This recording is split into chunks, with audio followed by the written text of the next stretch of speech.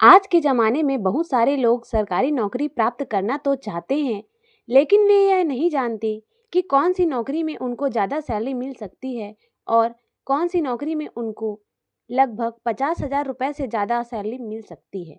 तो चलिए आज के इस वीडियो में हम जानने वाले हैं कि अगर आप सरकारी नौकरी की तैयारी कर रहे हैं तो आपको ऐसे कौन कौन से नौकरी की तैयारी करनी चाहिए जिससे आपको महीने की लगभग 50,000 रुपये से ज़्यादा की सैलरी आपको प्राप्त हो सके।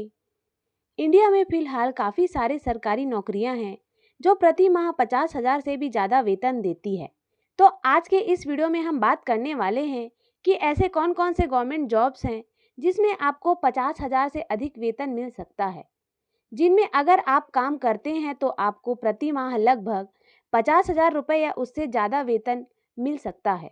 तो चलिए हम सबसे पहले यह जान लेते हैं कि कौन सी सरकारी नौकरी प्रति माह आपको 50,000 रुपये वेतन देती है।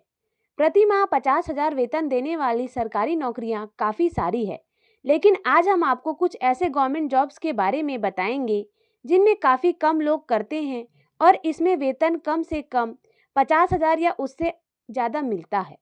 इसमें पहला आता है सीनियर रेसिडेंट।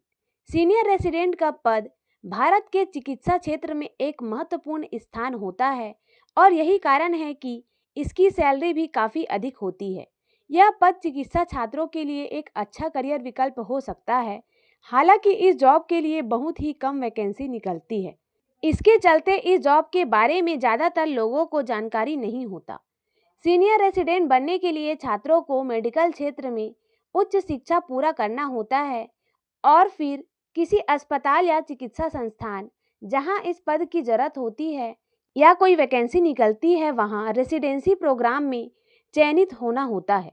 रेसिडेंसी प्रोग्राम में चयन के लिए छात्रों को चिकित्सा संस्थानों या अस्पतालों में आवेदन करना पड़ता है, जहां विद्यार्थियों के शैक्षणिक प्रदर्शन, अनुभव और इसी तरह की कई योग्यताओं का मूल्यांकन किया जाता है।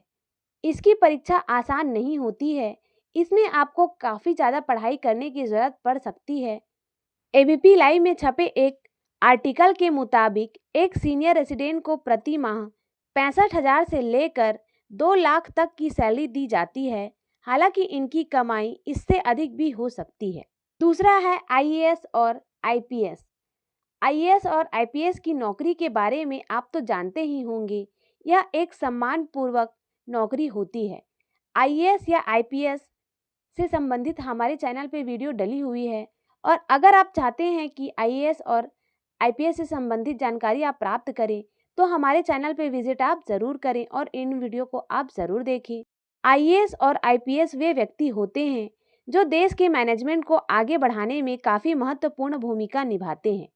आईपीएस और एसपी के रूप में और आईएएस को कलेक्टर सह जिला मजिस्ट्रेट यानी डीएम के रूप में तैनात किया जाता है। जानकारी के लिए बता दें कि अगर आप आईएएस या आईपीएस बनते हैं तो इसमें आपको 7वें वेतन आयोग के तहत सैलरी प्रदान किया जाता है। एक आईएएस की शुरुआती सैलरी लगभग 56,000 रुपये से अधिक होती है। इसके बाद कुछ महीने ही उनकी सैलरी बढ़ जाती है और लगभग 1 लाख रुपए से ऊपर भी पहुंच जाती है। सैलरी के अलावा आईएएस और आईपीएस को ट्रैवल, हेल्थ और कई तरह के कार्य करने होते हैं जहां से भी इन्हें अच्छा खासा पैसा मिल जाता है। अगर आप इस जॉब को करना चाहते हैं तो आपको यूपीएससी की परीक्षा पास करना होगा और यह इंडिया की सबसे मुश्किल एग्जाम में से एक है। तीसरा है आरबीआई ग्रेड बी ऑफिसर। कौन सी सरकारी नौकरी प्रति माह 50,000 रुपये वेतन देती है के लिस्ट में यह तीसरा नाम है आरबीआई ग्रेड बी की नौकरी का। वैसे तो दोस्तों इस जॉब के लिए वैकेंसी बहुत ही कम निकलती है, लेकिन जब भी इसकी वैकेंसी निकलेगी तो आप इसके लिए एक बार कोशिश ज़रूर कर सकते हैं। यहाँ आपको सैलरी काफ़ी अच्छी मिलेगी।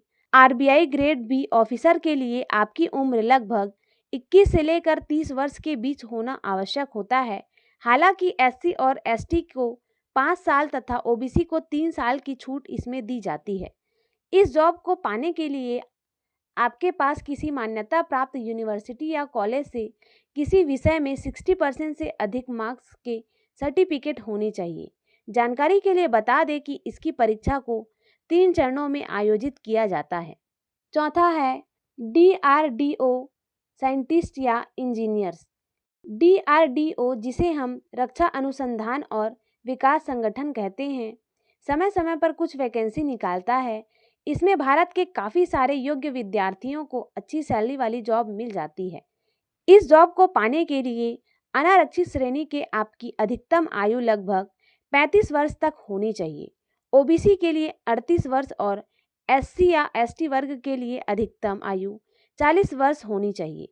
डीआरडीओ में साइंटिस्ट या इंजीनियर बनना आपके लिए सबसे बेहतर नौकरी में से एक हो सकता है। अगर आप साइंस के विद्यार्थी हैं तो आप यहाँ एक साइंटिस्ट भी बन सकते हैं। वहीं अगर आप गणित के छात्र हैं तो आपको डीआरडीओ में इंजीनियर बनना चाहिए। डीआरडीओ में सैलरी भी काफ़ी अच्छा दिया जाता है। यहाँ कितनी सैलरी मिलता है उसका उतना खास जानकारी तो हमारे पास नहीं है, लेकिन इंटरनेट की कुछ साइट्स यह दावा करती है कि इसमें अच्छी खासी सैलरी प्रदान की जाती है और इसमें लगभग 50,000 से ज़्यादा सैलरी भी दी जाती है। पांचवा है IFS ऑफिसर। IFS का पूरा नाम इंडियन फॉरेस्ट सर्विस है। जैसा कि इसके नाम से ही पता लगाया जा सकता है कि यह भारतीय वन क्षेत्र की नौकरी है। IPS और IAS की तरह ही IFS ऑफिसर को भी एक सम्मानजनक नौकरी माना जाता है। इसमें आपको अच्छी सैलरी के साथ काफ़ी सारे अन्य प्रकार की सुख सुविधाएं भी मिलती है। भारतीय वन अधिकारी बनने हेतु आपको गणित, भौतिक विज्ञान, वनस्पति विज्ञान, रसायन विज्ञान, भू विज्ञान, पशु चिकित्सा विज्ञान, प्राणी विज्ञान और पशुपालन इंजीनियरिंग, वानिकी या कृषि, इनमें से किसी एक विषय पर आपको स्नातक होना आवश्यक होता है। इसके लिए आपकी उम्र लगभग 21 वर्ष से लेकर 32 वर्ष के बीच होना चाहिए। बता दें कि एक IFS ऑफिसर की मंथली इनकम लगभग 60,000 से लेकर 2,50,000 रुपए तक होती है। वेतन आपको इसमें रैंक और कैटेगरी के हिसाब से दिया जाता है। वहीं विदेश में अगर आपका पोस्टिंग हो जाता है तो आपको और भी ज़्यादा सैलरी अधिक दिया जा सकता है। तो मैं आशा करती हूँ कि यह जानकारी आपको अच्छी लगी होगी और अगर आप भी 50,000 रुपये से ज़्यादा सैलरी प्राप्त करना चाहते हैं या फिर आपके ड्रीम बड़े हैं तो आप भी इन सारी नौकरियों की तैयारी करके एक अच्छा खासा वेतन प्राप्त कर सकते हैं। और अगर आपको यह जानकारी अच्छी लगी है तो इसे अपने उन दोस्तों के साथ शेयर ज़रूर करें जो 50,000 से अधिक सैलरी प्राप्त करना चाहते हैं। वीडियो देखने के लिए आपका धन्यवाद।